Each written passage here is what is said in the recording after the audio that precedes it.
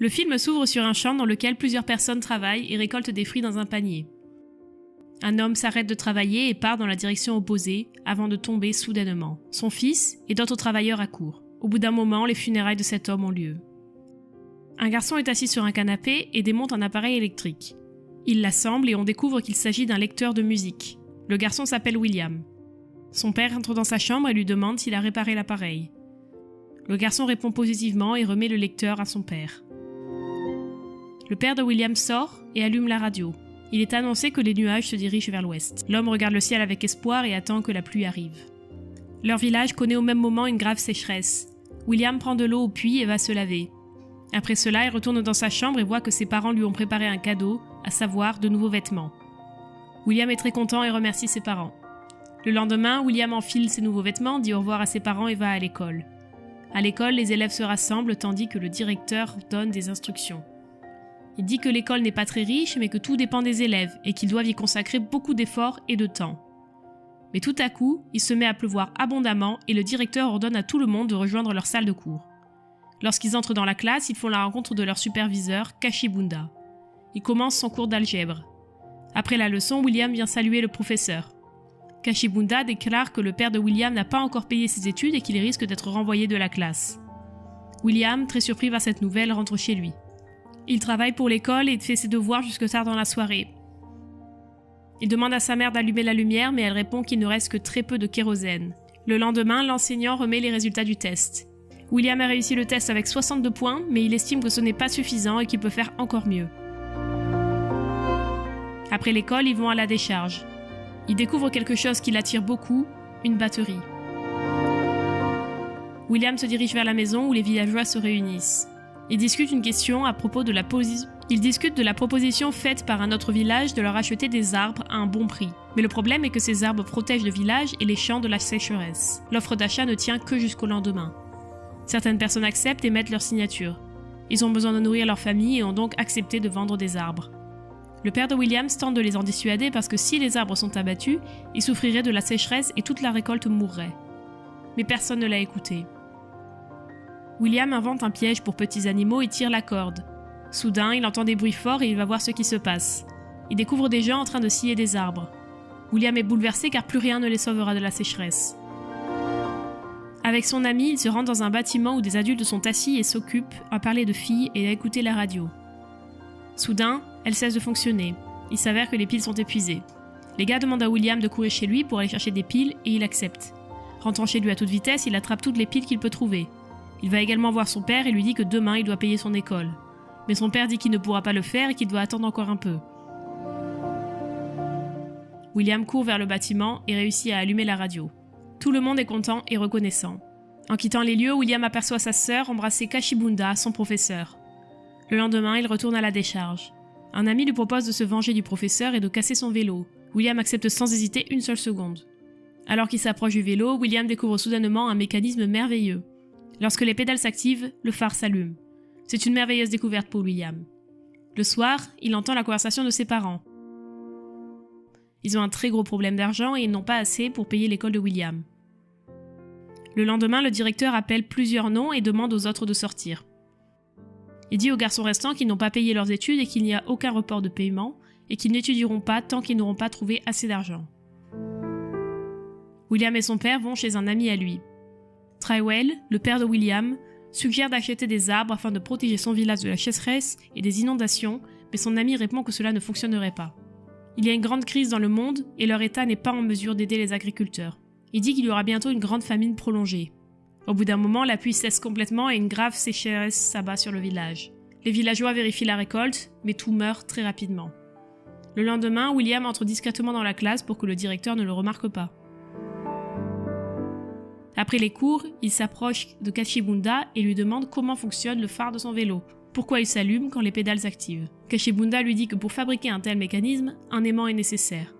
Il conseille également à William d'aller à la bibliothèque et de lire des livres sur ce sujet. William n'a pas de laisser-passer pour la bibliothèque et Kashibunda l'y amène. Le bibliothécaire lui suggère plusieurs livres et William commence à les lire. Le chef du parti se rend au village. Tout le monde l'applaudit et le salue joyeusement, mais il mène en réalité une politique contre le peuple et ne se soucie pas d'eux. Il ne se soucie pas de la sécheresse ni des inondations. Le chef du village se lève ensuite pour commencer à faire l'éloge du chef du parti, avant de l'accuser de ne pas prêter attention aux gens ordinaires et à la faim. Il est rapidement retiré de la scène et sévèrement battu. Le fils du chef et William assistent à la scène et accourent pour le sauver. Le père de William franchit également le cordon des gardes et court vers son fils. Les gardes commencent à tirer en l'air et la panique commence à s'installer. Tout le monde court dans tous les sens. Le chef du parti et ses proches montent dans des voitures et partent très rapidement. Le chef du village est grièvement blessé et est placé dans une des maisons du village. Il est impossible de l'amener à l'hôpital car il risque d'y être tué. Le lendemain, le père de William, Trywell et plusieurs autres personnes commencent la récolte. Il fait très chaud et ils ne parviennent à récolter que très peu. C'était du maïs sec, ce qui ne suffit pas, même pour 2 mois. Trywell arrive au centre du village. Un groupe de personnes se tient là pour écouter les informations à la radio. Il est annoncé que le gouvernement nie le problème de la faim et affirme que tout va vraiment bien. En parallèle, les vendeurs ont multiplié par 5 le prix du grain, ce qui provoque une tempête d'émotions négatives chez les habitants. Trywell décide de se rendre avec d'autres habitants à un rassemblement contre les autorités qui ne reconnaissent pas le gros problème. Il promet de revenir le lendemain. William et le bibliothécaire étudient un livre sur l'électricité et en même temps essaient de construire un mécanisme à partir de moyens improvisés. William va à l'école et s'assied à son bureau, espérant que Kashibunda lui apprenne ce dont il a besoin. Mais à la place, le directeur entre dans la classe et lui dit qu'il ferait la leçon aujourd'hui. Il remarque William et lui ordonne de se lever. Il lui dit de quitter l'école et de ne jamais revenir. William dit que son père paierait plus tard, mais le directeur ne veut rien entendre et lui ordonne de partir. William observe les champs desséchés à cause de la grande chaleur et du manque d'arbres. Soudain, des cris se font entendre. La mère de William déclare que les camions du gouvernement chargés de céréales arrivent, ce qui signifie qu'ils n'ont pas été oubliés. La mère donne de l'argent à William et lui dit d'aller acheter le plus de céréales possible. Tous les habitants courent vers les camions et William prend un vélo pour aller plus vite. La sœur de William rentre à la maison et commence à se quereller avec sa mère à cause de son petit ami. Soudain, un homme entre dans la maison et dit qu'il voulait vraiment manger. Il prend un seau de nourriture et s'enfuit. La mère de William s'en rend au courant et voit d'autres hommes voler leur nourriture. Elle pleure parce que maintenant ils sont condamnés à mourir de faim. À ce moment, un mouvement de foule se répand dans le village où tout le monde attend du grain. Tout le monde commence à entrer par effraction dans les tables parce qu'ils se rendent compte que cela ne suffirait pas. William réussit à courir et à acheter du grain. Il a très peur qu'on lui en vole et le presse donc contre lui. Au même moment, le père et d'autres hommes reviennent du rassemblement. Sa femme vient l'accueillir et déclare que tous leurs vivres ont été volés. Pendant ce temps, tous ceux qui achètent des céréales ne veulent pas ressortir parce qu'il y a une foule de gens affamés et en colère qui les attend. Mais les soldats disent qu'ils ne peuvent pas rester ici et leur ordonnent de partir. William décide de sortir par l'entrée arrière, de monter sur son vélo et de partir sans se faire remarquer, ce qu'il réussit. Le soir, à la maison, le père de William compte leur argent, pèse des céréales et déclare qu'ils vont devoir manger une seule fois par jour. Tout le monde est très bouleversé. Trywell passe les jours suivants à chercher de la nourriture. Pendant ce temps, William ne parvient toujours pas à attraper quoi que ce soit dans son piège. Le soir venu, il va voir sa sœur et lui dit de demander à son petit ami Kashibunda de lui donner un phare muni d'un mécanisme pour que William soit capable de fabriquer une pompe pour sauver le village de la sécheresse. Le lendemain matin, alors que William rentre chez lui avec du bois de chauffage, il entend de grands cris. Il s'avère que sa sœur s'est enfuie du village avec son professeur. William entre dans la maison très bouleversé et aperçoit soudain un phare avec le mécanisme dont il a besoin. Il prend un livre sur l'électricité à la bibliothèque et un mécanisme offert par le professeur. Il décide de construire un petit moulin à vent avec ses amis et après avoir vérifié, d'en construire un grand. Après un long travail, il réussit à le faire fonctionner. Il ouvre la porte pour faire entrer le vent dans la pièce et le mécanisme commence à fonctionner. Maintenant, ce mécanisme doit être fabriqué dans une plus grande échelle. William arrive avec sa découverte dans le champ où son père cherche de la nourriture.